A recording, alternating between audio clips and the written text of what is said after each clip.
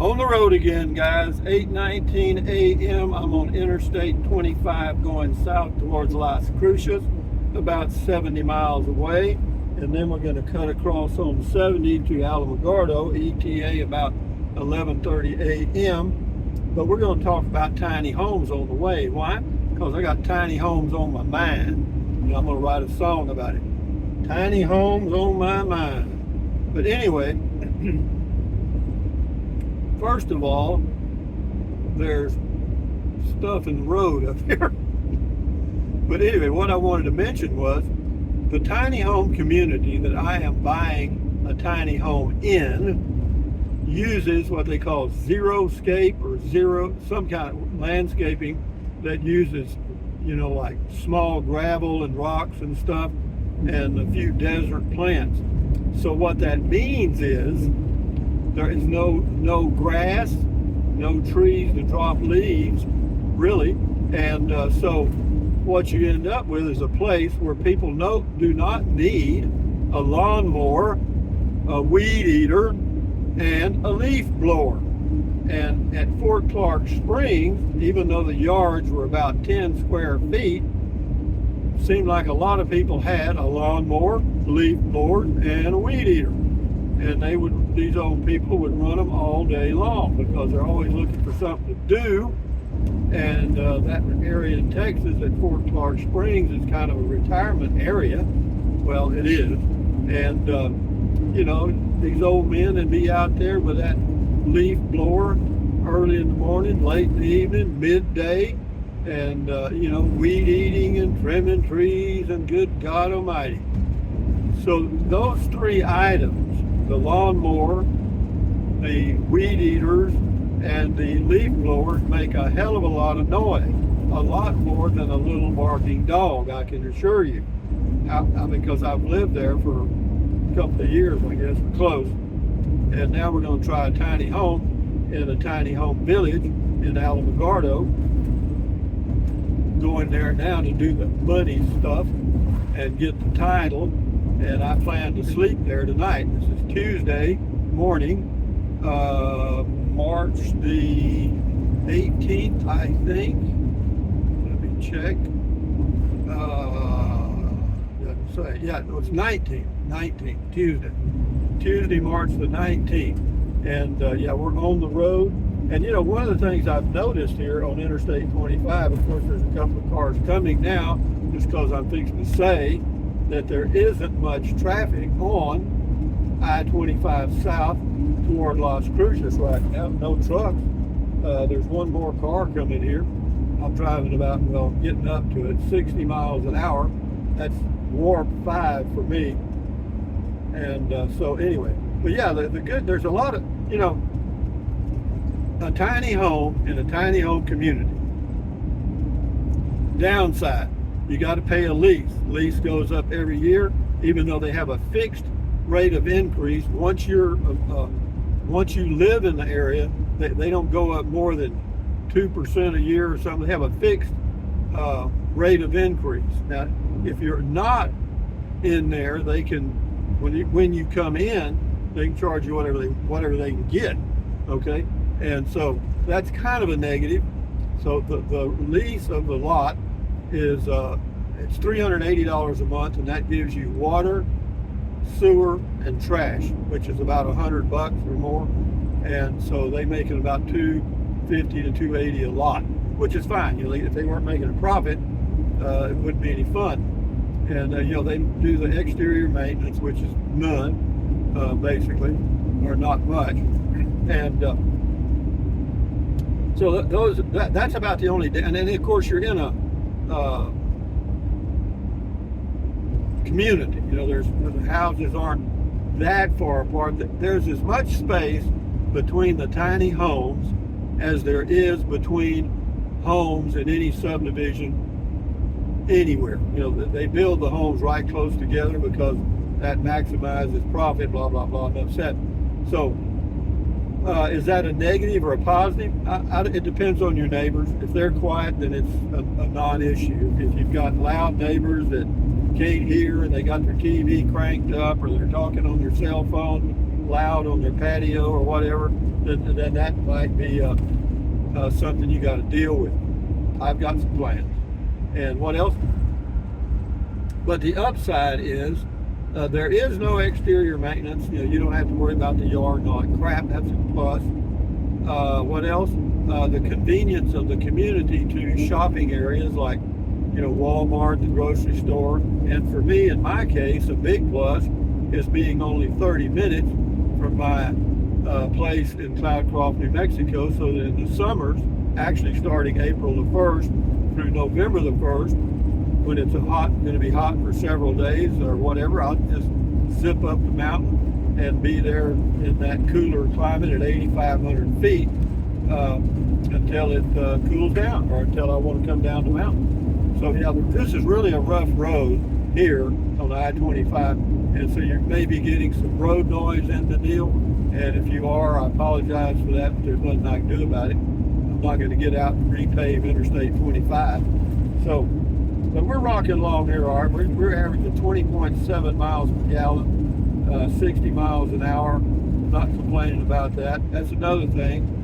Even though you got to pay the lot lease, it saves me money in gasoline, because gasoline prices have gone up recently, and my living in a community where there's shopping nearby will save me a little bit on gasoline, probably, I don't know, $30 a month or so, a little bit, maybe a pizza and beer, but that's good.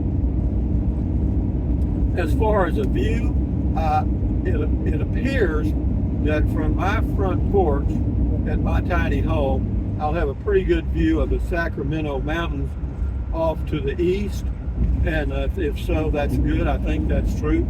And as far as walking in the mornings for exercise, there's a way to cut through out of the village, the tiny home village, past the senior citizens deal home, or whatever they call it, center, and go walking on those streets. And actually I could, it appears, walk all the way to the Walmart neighborhood store, and it's just a regular little Walmart store, They have gasoline there, the cheapest gasoline in Alvarado there, and it's only about, it looks like it's about a mile, maybe a little over a mile from my place. So that's good to know. And so all of that, this is just an experiment, guys. I do me, and I may take a lot of criticism, but it don't bother me what you say. I'm going to do whatever the hell I want to do, But enough said. So if the experiment works, living in a tiny home, then I'll continue it, But if it doesn't, my feet aren't nailed to the floor there, I'll just come up with something else and away we go, because some people ask me about leaving Texas, and all that crap. Man, Texas doesn't mean any more to me. It's a name. It's cute. Oklahoma's nice, but I'm an earthian. I could live anywhere on this planet as long as I can eat the food and I enjoy the climate. The rest of the crap doesn't matter to me at all. And somebody mentioned about, well, you want to be close to your family. Well, I haven't been close to my family in 50 years, and I certainly haven't asked them to do anything for me, and I never would. I'm not going to lean on anybody. If I can't handle it myself, or with some help I can pay for, then I ain't going to do it. It's just the way I am. I've lived an independent life for 78 years, pretty much, and I know it aggravated some people. I know it aggravated some people when I was married. But be that as it may, we're on the road to right now Las Cruces. Says weigh station next right, so I got to get out of the truck and get weighed again. Yeah, they don't let heavy people in here. They weigh them on the way out here. If you weigh too much, they send you home. Well, it's closed. Got lucky. Oh, lucky. But anyway, guys, on the road again, tiny home man, heading to Alamogordo and the Sacramento Mountains. You know, we're fixing to get into some mountains right here. It's kind of a pretty part of the drive. I'll let it go a few minutes. Because off to the left is Conchas Lake. Conchas, however you say it. I think. I can't remember. I think there's like, you got Elephant Butte, then you come downstream a little ways, and you got Caballo Lake. Caballo, and then you got Percha Dam, and on you go. And you know, they use that water for irrigation. So yeah, this is another state park up here, Caballo Lake. And I've stayed there many times, and but it's packed. All these places are packed now. I'm sure part of it is spring break. Part of it is some of the snowbirds are heading back north slowly, and also the growth in the number of people camping in this area, because it is a pretty area and it's inexpensive right now. New Mexico is going to go up on their rates at their state parks, and supposed to be effective in July. No one really knows what it's going to be yet, but the speculation is there's going to be a substantial increase in the price of camping at New Mexico State Park.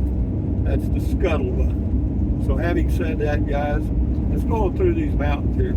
I like driving these old desert mountains, particularly when the interstate, I don't know why, it's like 8:30 in the morning, and I haven't seen any trucks yet.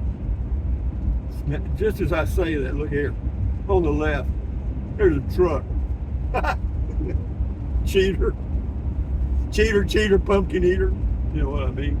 But anyway, yeah, so now there'll be a parade of trucks, but there's nothing behind me. Yeah, that little sign there says Hillsboro 1 mile, you know, the exit. Yeah, Hillsboro is a neat little community, elevation about, I think, around 6,000 feet. And I was going to buy some property there. I think I've been going to buy property everywhere in New Mexico. I think I have bought property everywhere in New Mexico. But having said that, guys, we'll go on a little bit. This is called, well, let's see, Silver City next right. Well, yeah, you go through Hillsboro and just continue on, and you end up in Silver City. Pretty drive, too, right through the mountain. Yep. I thought about Silver City. For some reason, Silver City has a pretty high crime rate, and I don't really know why. You know, I don't know what's there that caused it. It's mostly property crime, and Alamogordo has a crime rate that's lower than U.S. average, whatever that means.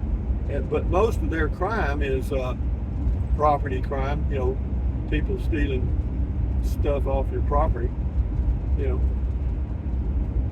Yeah, if they do some property crime on me, they'll go out of business. Yeah, I think I mentioned in my comment call here a few days ago, or day, whenever it was, that I've got some overstuffed furniture that I'm going to get rid of out of the living area. I'm not sure about the bed yet because I haven't checked it out, but those two, there's a double recliner. You know, it's like one piece of furniture. It has a armrest between the two recliners, and it's that type of recliner that you put against the wall, you know, and you can use it. I don't know what they call them. And it got a double one of those, and then a single one of those. And I'll probably get rid of both of those. So if you live in the area, Alamogordo area, you can contact me at rusty78609@gmail.com, and we'll work out something, because I'll be very fair. Trust me on that, because I don't want the furniture, but I don't want to just give it away. You know, because it's good stuff, man. It's quality stuff. So having said that, guys, from Interstate 25 heading south on a Tuesday morning, going to get me a tiny home, I hope, and live happily ever after, just like the book. Yeah, we'll see. We'll see. You get off this rough road, and this road's like, you know, if you get over here kind of off to the right, kind of get out of where the trucks make the groove, it's not too bad. But anyway, guys, thumbs up, carpe diem, adios, bye-bye. buy anything you want anytime, but if you think about it, use the Amazon link in the description of all of my videos. Why? It doesn't cost you a penny. Just click on the link in the description and go to Amazon and get what you want. Drink plenty of water, stretch, walk, stand guard at the door of your mind, and enjoy your life. And if you're interested in a tiny home, check them out. Adios, amigos. Bye-bye.